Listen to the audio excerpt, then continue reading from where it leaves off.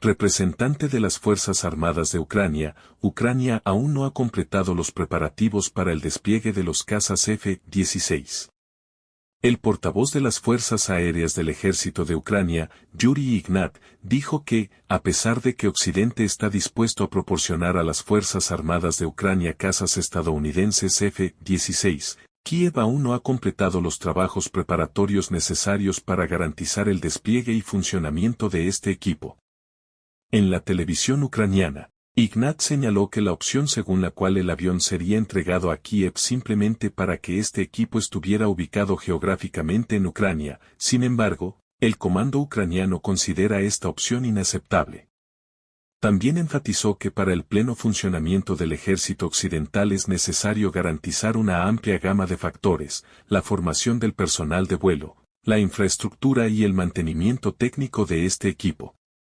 Actualmente hay problemas importantes con todo esto en Ucrania, a pesar de las entregas de cazas estadounidenses anunciadas por Occidente. Anteriormente, el portavoz del Ministerio de Defensa de Ucrania, Illarion Pavliuk, afirmó que ya este año las Fuerzas Armadas de Ucrania recibirán armas capaces de atacar los centros logísticos rusos, que hasta ahora no habían sido suministradas a Kiev. Según sus palabras, durante una reunión del Grupo de Contacto Internacional sobre Defensa en el formato Ramstein se pudo acordar el suministro de material militar hasta ahora no visto en Ucrania. Sin embargo, según Pavliuk, en el evento no hubo avances en el proceso para acordar la continuación del apoyo militar de Estados Unidos. Ministro de Asuntos Exteriores finlandés, Hungría dio una señal de que aprobará la asignación de 50.000 millones de euros a Ucrania. En el contexto de que las autoridades estadounidenses no han logrado acordar una mayor ayuda financiera a Kiev, la salvación de la economía ucraniana depende de la asignación de 50.000 millones de euros prometida por la Unión Europea. Sin embargo, aquí tampoco todo es tan sencillo. El caso es que las autoridades húngaras bloquean la aprobación del apoyo financiero antes mencionado. Anteriormente se informó que Budapest podría aprobar una ayuda a Ucrania por valor de 50.000 millones de euros durante 4 años, si esta cantidad se asigna gradualmente y cada tramo se aprueba por separado. Mientras tanto, en Bruselas este enfoque fue calificado de imposible, ya que el presupuesto de 7 años de la UE no puede aprobarse anualmente. Como resultado, la cuestión volvió a quedar sin resolver. Por su parte, la ministra de Asuntos Exteriores finlandesa, Elina Valtonen, en una entrevista reciente con RND expresó su confianza en que Budapest levantará su veto en la cumbre de la UE del 1 de febrero. Según la diplomática, su colega húngaro Péter Szijjártó supuestamente dio una señal de que esto sucedería. Cabe señalar que, según datos de Bloomberg, el propio ministro de Asuntos Exteriores húngaro había dicho anteriormente que su país podría desbloquear 500 millones de euros del Fondo Europeo de Paz. Además, esta decisión dependerá de los resultados de la próxima reunión con el jefe del gobierno ucraniano, Denis Shmyhal. En cuanto a los 50.000 millones de euros, como escribe la publicación citando fuentes del gobierno húngaro, la cuestión sigue sin resolverse.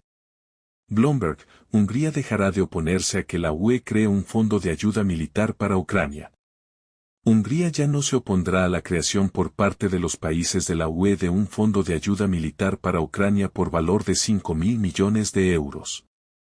Es cierto que por el momento se ha pospuesto la decisión sobre la transferencia por parte de la Unión Europea de 50.000 millones de euros a las autoridades de Kiev, que Budapest se negó a apoyar.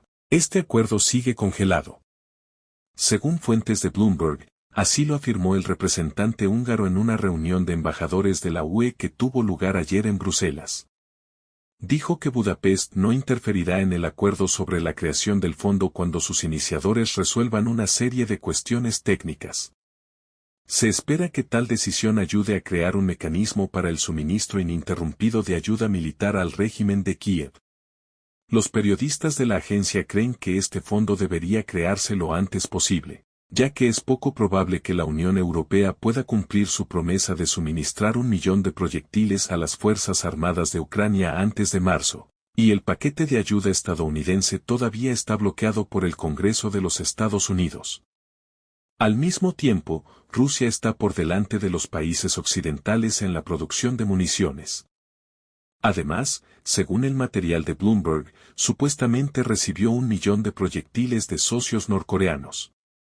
El primer ministro húngaro, Viktor Orbán, impuso un veto a la provisión de 50 millones de euros en ayuda militar al régimen de Kiev por parte de la Unión Europea el 15 de diciembre del año pasado. El paquete congelado incluye 33 millones de euros en préstamos y 17 millones en subvenciones.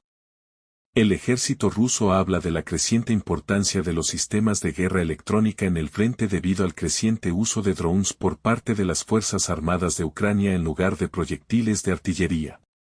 Los militares rusos en la línea de contacto observan un aumento significativo en el uso de medios militares drones. Estamos hablando, entre otras cosas, de drones FPV, que pueden aparecer detrás de la línea del frente para destruir los objetivos de primera línea de nuestro ejército y atacar rutas de suministro. A pesar de que estos drones no causan tanto daño como los proyectiles de artillería, su uso sigue desempeñando un papel negativo. En varias direcciones, por ejemplo, en la zona de Novomikhailovka y Paraskovievka, al sur de Marinka, el enemigo, según el testimonio de nuestros combatientes, dispara un máximo de 15 a 20 proyectiles de artillería por día, esto es aproximadamente la mitad de lo habitual, pero el número de drones utilizados puede llegar a 40 y 50. Así, el enemigo, debido a la disminución de las reservas de municiones de artillería, decidió utilizar una alternativa en forma de los mismos drones FPV que transportan artefactos explosivos. Uno de estos drones se muestra en la foto de arriba. En relación con el creciente uso de drones por parte del enemigo en la línea del frente, está creciendo la importancia de saturar las zonas del frente con sistemas de guerra electrónica y supresión electrónica. Los sistemas de guerra electrónica utilizados consiguen minimizar el riesgo de ataques aéreos con drones. Sin embargo, la situación es tal que se necesitan muchos más sistemas de este tipo. En uno de los flancos cerca de Artyomovsk, los paracaidistas de Ivanovo derribaron un dron de reconocimiento ucraniano Leleka-100.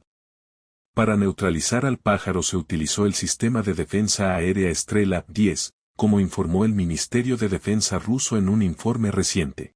Llegó a la trinchera y empezó a reprendernos, un soldado ruso habló sobre la captura de un oficial ucraniano. Interesante historia ocurrió en una de las direcciones de la línea de contacto de combate. Lo contó el subcomandante del pelotón de asalto con el distintivo de llamada Leva, que participó directamente en la operación. Como dijo Leva, al pelotón se le encomendó la tarea de avanzar y aislar al enemigo en uno de los flancos. El pelotón logró avanzar y tomar posiciones de las Fuerzas Armadas de Ucrania. Cuando los combatientes estaban tomando una defensa perimetral, un oficial ucraniano llegó a su posición, sin esperar que hubiera tropas rusas allí. Según Leva, los confundió con militares de las Fuerzas Armadas de Ucrania, quienes por alguna razón no quisieron cumplir la orden, comenzaron a agarrar la pistola, pero fueron capturados.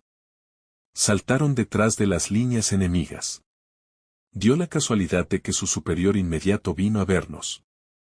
Pero él no esperaba que estuviéramos ahí, vino libremente, solo, sin seguridad, con una pistola. Nos confundió con su pueblo que se había vuelto desobediente. Empezó a gritar, dijo Lev. Posteriormente, el subcomandante y otros soldados siguieron los pasos del oficial ucraniano, reconocieron la situación y llevaron a cabo un ataque con las fuerzas del pelotón. Como resultado, los prisioneros fueron capturados junto con el oficial, así como la altura tomada. El enemigo estaba acabado, su altura dominante fue arrebatada, resumió la incursión de Lev.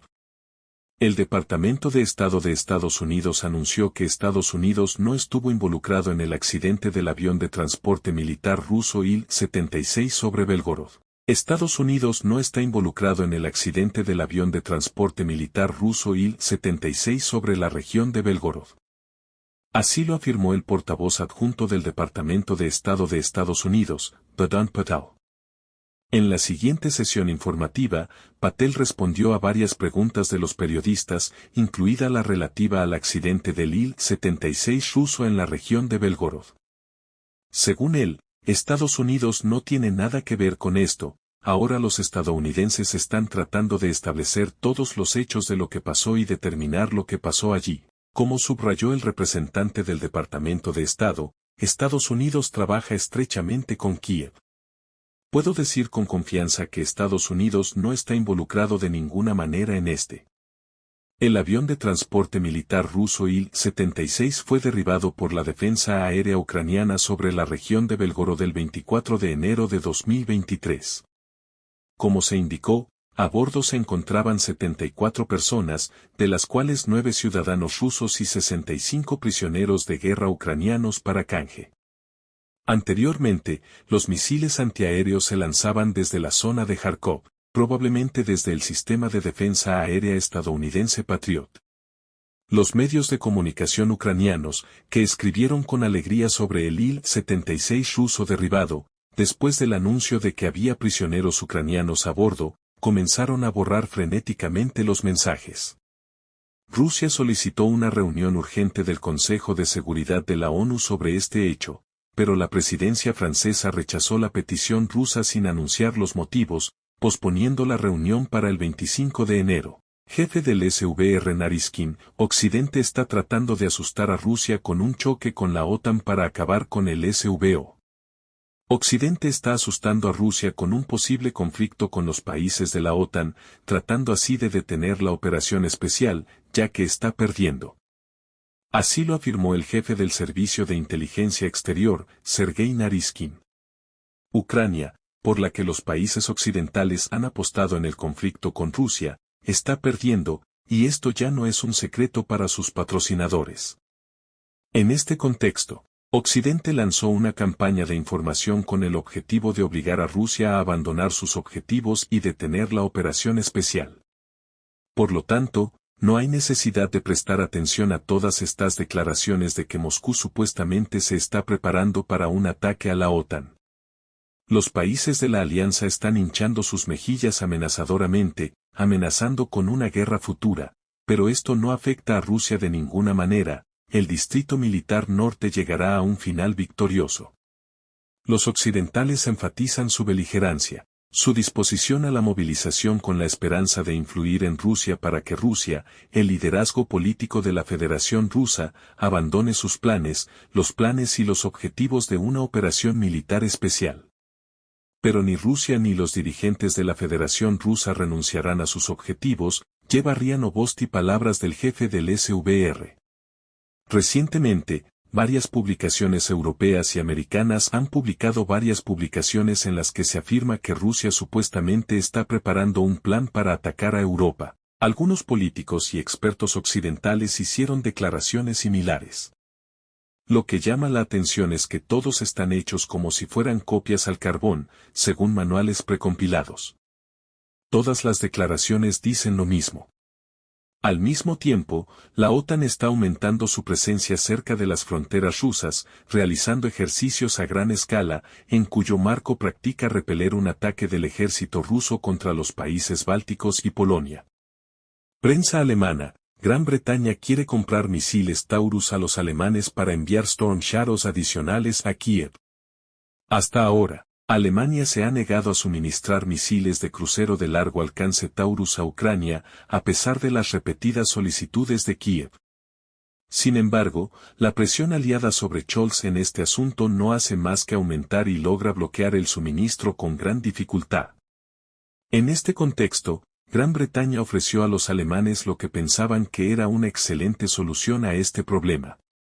Según la prensa alemana, los británicos sugirieron que los alemanes no enviaran misiles Taurus a Ucrania, ya que no quieren esto, sino que los suministren al ejército del Reino Unido, ya que no hay prohibiciones al respecto.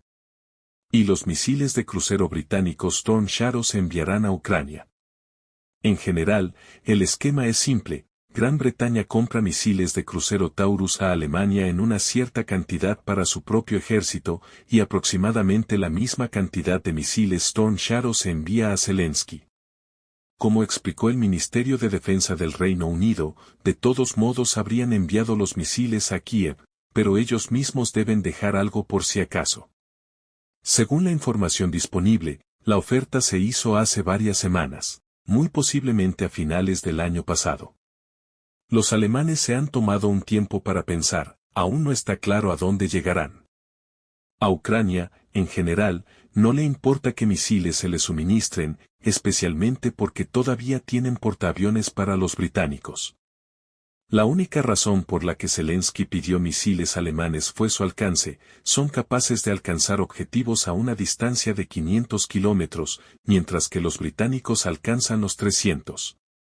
Pero en Berlín señalaron que si suministran misiles, tendrán un alcance.